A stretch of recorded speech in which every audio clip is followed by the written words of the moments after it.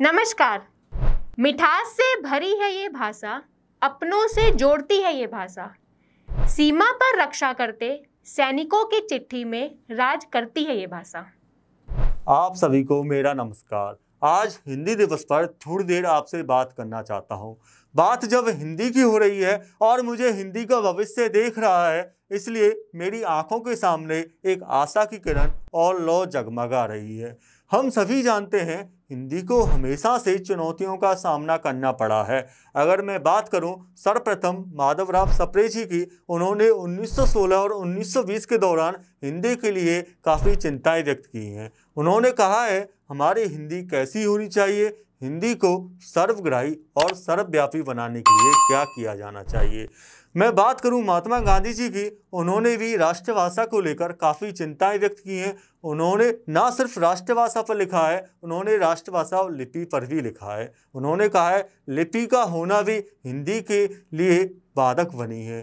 उन्होंने कहा है हम क्रांतिता छोड़कर, लिपियों को छोड़कर अगर हम देवनागरी अपना लें तो हिंदी का विकास संभव है।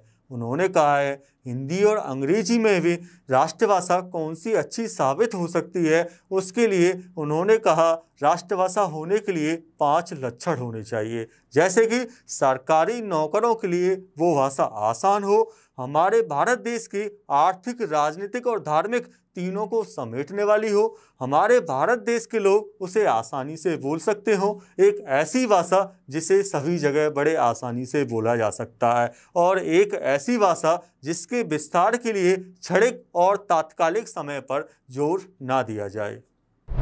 नमस्ते। हमारी हिंदी भाषा से जुड़े हुए 5 रोचक तथ्य मैं आज आपको बताने वाला हूँ। क्या आप जानते हैं कि 14 सितंबर को हिंदी दिवस मनाया जाता है हमारे भारत में? लेकिन इसके अलावा भी 10 जनवरी को भी अंतर्राष्ट्रीय हिंदी दिवस मनाया जाता है। हिंदी भाषा के बहुत से ऐसे शब्द हैं जैसे कि सूर्य नमस्कार, योगा, जंगल, ऐसे लगभग 350 शब्दों को ऑक्सफोर्ड डिक्शनरी में भी जगह दी गई है।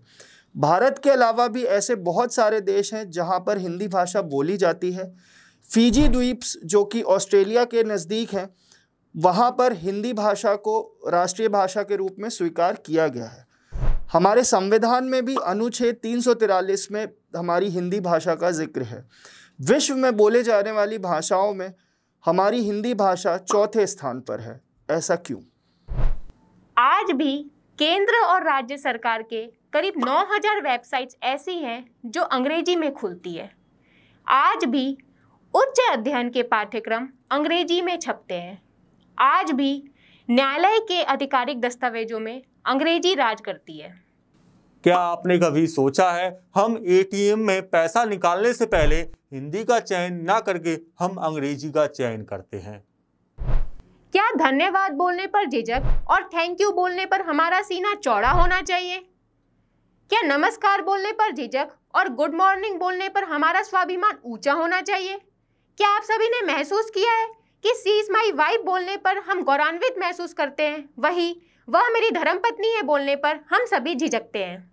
हिंदी एक ऐसी भाषा है जो हमारे देश को एकता के सूत्र में बांधती है तथा हिंदी हमारे संस्कारों और संस्कृति का प्रतिबिंब है।